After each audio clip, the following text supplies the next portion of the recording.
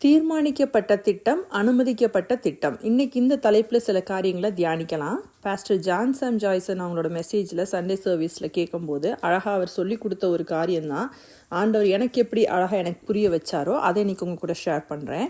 So தீர்மானிக்கப்பட்ட திட்டம் அப்படின்னா பர்ஃபெக்ட் பிளான், அனுமதிக்கப்பட்ட திட்டம் அப்படின்னா பெர்மிட்டட் பிளான். தீர்மானிக்கப்பட்ட திட்டம் வந்து காட் மேக் பண்ண பிளான். ஸோ கடவுள் வந்து நமக்காக தீர்மானிக்கப்பட்ட திட்டம். தேவன் வந்து உலக தோற்றத்திற்கு முன்பாகவே ஒரு குறித்து வைத்த ஒரு திட்டம். இப்போ உலகத்தை வந்து கிரியேட் பண்ணுறதுக்கு காட் ஒரு பிளான் போட்டிருப்பார், ஒரு ஸ்கெட்ச் வரைஞ்சிருப்பார். இந்த இடத்துல வந்து லேண்ட் வந்து இவ்வளோ இருக்கணும், வாட்டர் இவ்வளோ இருக்கணும், இதுக்கு மேலே ஒரு ஸ்கை இருக்கணும், இதுக்கு மேலே வந்து ஒரு சன் இருக்கணும், ஒரு மூன் இருக்கணும், ஸ்டார்ஸ் இருக்கணும், அதுக்கப்புறம் நிறைய பிளான்ஸ் அப்படிலாம் இருக்கணும், நிறைய அனிமல்ஸ் இருக்கணும், அப்புறம் வந்து ஒரு ஹியூமன் அப்படி மேக் பண்ணணும், ஒரு விமன் மேன் மேக் பண்ணி அழகாக அந்த மாதிரி ஒரு பிளான் போட்டு அதை அழகாக ஒரு வாரத்தில் எக்ஸிக்யூட் பண்ணி ஒரு உலகத்தை வந்து கிரியேட் பண்ணார். ஸோ இது வந்து தான் தேவன் வந்து ஒரு திட்டம் போட்டு அதை செயல்படுத்துகிறாரு. அதே போல தான் நம்ம ஒவ்வொரு மனிதர்களை உருவாக்கும் போதும் தாயின் கருவைகளை உருவாகும் முன்னே தேவன் நம்மை தெரிந்து கொண்டார். ஸோ நம்ம உருவாகிறதுக்கு முன்பதாகவே தேவன் நமக்கு குறித்து ஒரு திட்டம் போட்டு வச்சிருப்பாரு. ஸோ நம்மளுக்காக அந்த திட்டத்தை வந்து செயல்படுத்துவார்.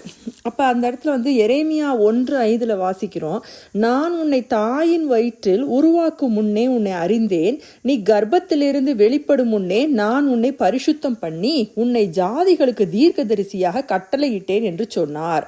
அப்ப எரேமியா உருவாகிறதுக்கு முன்பதாகவே அவர் ஒரு தீர்க்கதரிசியா ஒரு திட்டம் போட்டு வைத்திருக்கிறார். இது எரேமியாவுக்கு மட்டும் இல்ல, ஒவ்வொருத்தருக்கும் இந்த மாதிரி ஒரு திட்டம் இருக்கும்.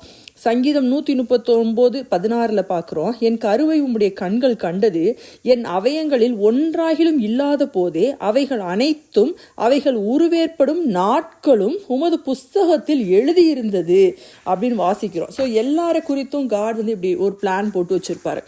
இப்போ ஆதாம் வந்து ஆண்டவர் வந்து ஆதாமை உருவாக்கும் போது அவர் என்ன பண்ணார், நாளே ஆதாமை உருவாக்கி இருக்கலாம். ஆனால் அவர் கடைசி நாள் தான் ஆதாமை உருவாக்குவார். ஏன் அப்படின்னா ஆதாமுக்கு தேவையானது எல்லாம் முதல்ல உருவாக்கிட்டு அப்புறம் தான் ஆதாம் வந்து உருவாக்குறார் ஆண்டவர் வந்து. அப்போ இந்த இடத்துல வந்து ஆதாமை உருவாக்கிட்டு ஆண்டவர் சொல்லுவார், ஆண்டவர் வந்து இதையெல்லாம் நீ ஆண்டுக்கொள்னு சொல்லுவார், இந்த புல் பூண்டுகள் எல்லாத்தையும் நீ புசித்துக்கொள்னு சொல்லுவார், அந்த அனிமல்ஸ் எல்லாத்தையும் நீ ஆண்டுக்கொள் புசித்துக்கொள் அப்படின்னு சொல்லி கொடுப்பாரு. அப்போ எல்லாம் ஆதாமுக்கு என்னென்ன தேவையோ அது எல்லாத்தையும் முதல்ல உருவாக்கிட்டு அப்புறமேல ஆதாமை உருவாக்கி அவருடைய திட்டத்தின்படி எல்லாத்தையும் நடத்துறாரு. ஸோ இப்படிதான் தேவன் நம்மளை குறித்து நம்ம உருவாகிறதுக்கு முன்பதாகவே நம்மளை குறித்து ஒரு திட்டம் போட்டு வச்சிருப்பாரு. என் பிள்ளைக்கு இதெல்லாம் தேவை, இந்த காரியங்கள்லாம் தேவை, இந்த ஆசீர்வாதங்கள்லாம் தேவைன்னு சொல்லி திட்டம் போட்டு வைத்திருப்பார். அதுதான் வந்து தேவனுடைய திட்டம், தீர்மானிக்கப்பட்ட திட்டம். இப்போ அனுமதிக்கப்பட்ட திட்டம் வந்து என்ன அப்படின்னு பார்த்தோம்னா பெர்மிட்டட் பிளான்.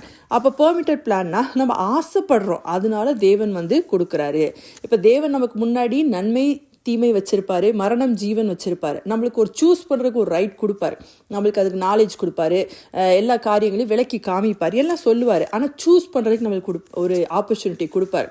இப்போ உதாரணத்துக்கு வந்து என்னோட வாழ்க்கையில் ஒரு சமீபமாக என் பொண்ணு வந்து ஒரு ட்ரெஸ் ஒன்று வேணும்னு சொல்லி கேட்டா. ரொம்ப எனக்கு அழகாக இருக்குது, பிடிச்சிருக்குன்னு.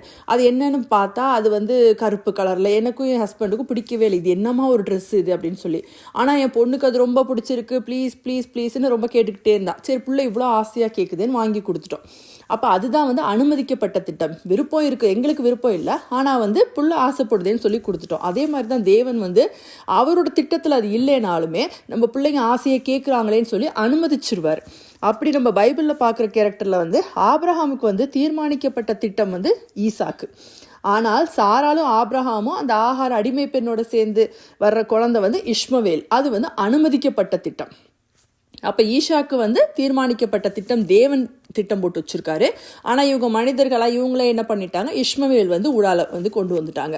ஆனாலும் அனுமதிக்கப்பட்ட திட்டம் வந்ததுனால தீர்மானிக்கப்பட்ட திட்டம் தடை பெறாது.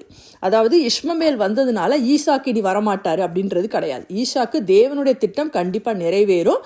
ஆனால் இந்த அனுமதிக்கப்பட்ட திட்டம் உள்ள வந்ததுனால தேவையில்லாத ஒரு நியூசன்ஸ், தேவையில்லாத ஒரு டிஸ்டர்பன்ஸ் அந்த இடத்துல வரும். அதே போலதான் லோத்து. ஆண்டவர் வந்து லோத்து வந்து ஆபிரகாம் நிமித்தம் அவரை பாதுகாக்கணும்னு நினைப்பாரு. அப்ப அந்த சோதோம் பட்டணத்தை அழிக்கும் போது தூதர்கள் வந்து சொல்லுவாங்க, நீ உன்னோட கூட குடும்பத்தையும் கூப்பிட்டு அந்த மலை பிரதேசத்துக்கு ஓடிப்போன்னு சொல்லுவாங்க. ஆனா வந்து லோத்து என்ன சொல்லுவாரு, ரொம்ப தூரமா இருக்கு, பக்கத்துல இருக்க பட்டணத்துக்கு ஓடிடுறோம்னு சொல்லுவாங்க.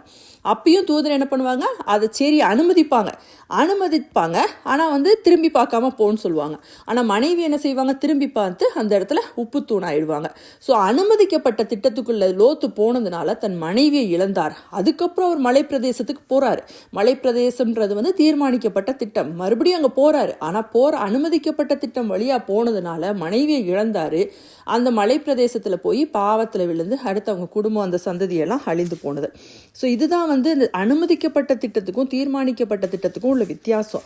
ஸோ நம்ம வாழ்க்கையில் நம்ம எப்பயுமே தேவன் கிட்ட வந்து நம்மளுடைய அனுமதிக்கப்பட்ட திட்டம் நம்ம நிறைய நேரம் கேட்டு அதில் போயிடுறோம். ஆனால் வந்து தேவன்கிட்ட நம்ம கேட்கணும், நம்ம தீர்மானிக்கப்பட்ட திட்டம் எது அப்படின்னு சொல்லி. அப்போ ரோமர் 12:2 பார்க்குறோம், நீங்கள் இந்த பிரபஞ்சத்திற்கு ஒத்த வேஷம் தெரியாமல் தேவனுடைய நன்மையும் பிரியமும் பரிபூர்ணமான சித்தம் இன்னதென்று பகுத்தறியத்தக்கதாக உங்கள் மனம் புதிதாகிறதுனாலே மறுரூபமாகுங்கள்னு இருக்கு. அப்போ தேவனுடைய பரிபூர்ண சித்தம் என்ன அப்படின்றத நம்ம கேட்கணும். தாவீது பார்த்துருக்கீங்களா? தாவீது வந்து எவ்வளோ பெரிய யுத்த வீரனாக நம்ம பார்த்துருக்குறோம். அவர்கிட்ட இந்த சேனை வந்து பயங்கரமான சேனை, அந்த சோல்ஜர்ஸ் எல்லாம் அவ்வளோ பவர்ஃபுல்லாக இருப்பாங்க. ஆனால் ஒரு நாள் வந்து அவர் ஒரு யுத்தத்துக்கு போகிறதுனா, ஆண்டவரே இது உமக்கு சித்தமா, ஆண்டவரே இது வாய்க்குமா அப்படின்னு தேவனோட சமூகத்தில் தான் போய் நிற்பார். முதல்ல எடுத்த உடனே அங்கே போய் நின்று அதுக்கப்புறம் தேவன் சரின்னு சொன்னாதான் அதில் செயல்படுவார். அதே போல தான் யோசேப்பு வந்து இத்தனை வருஷம் கழிச்சு உயிரோடு இருக்கிறான்ற செய்தி கேட்ட உடனே புறப்பட்டு போயிடல, நேராக போய் ஆண்டவர் சன்னதிக்கு போறார். அப்போ ஆண்டவர் நீ போ எகிப்துக்கு, நான் உன் கூட இருப்பேன்னு பெர்மிஷன் கொடுத்த பிறகுதான் போறார். ஸோ நம்ம எப்பயுமே வந்து நம்மளோட சுயத்தின் பழி போயிடாம தேவ திட்டம் என்னன்றதை தெரிஞ்சுக்கணும், தேவ சித்தம் என்னன்றதை தெரிஞ்சுக்கணும்.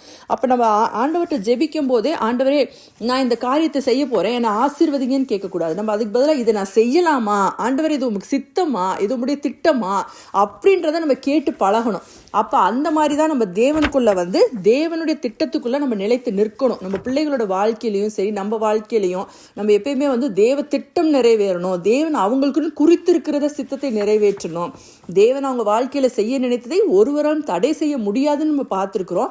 அது வந்து கரெக்டாக நம்ம தேவனுடைய திட்டத்தின் வழியில நடத்தியும் கூட்டிட்டு போகணும். ஊடால இந்த அனுமதிக்கப்பட்ட திட்டத்தின் மூலமாக நம்ம நிறைய டைவர்ஷன் டிஸ்ட்ராக்ஷன்ஸ்குள்ள போயிடக்கூடாது.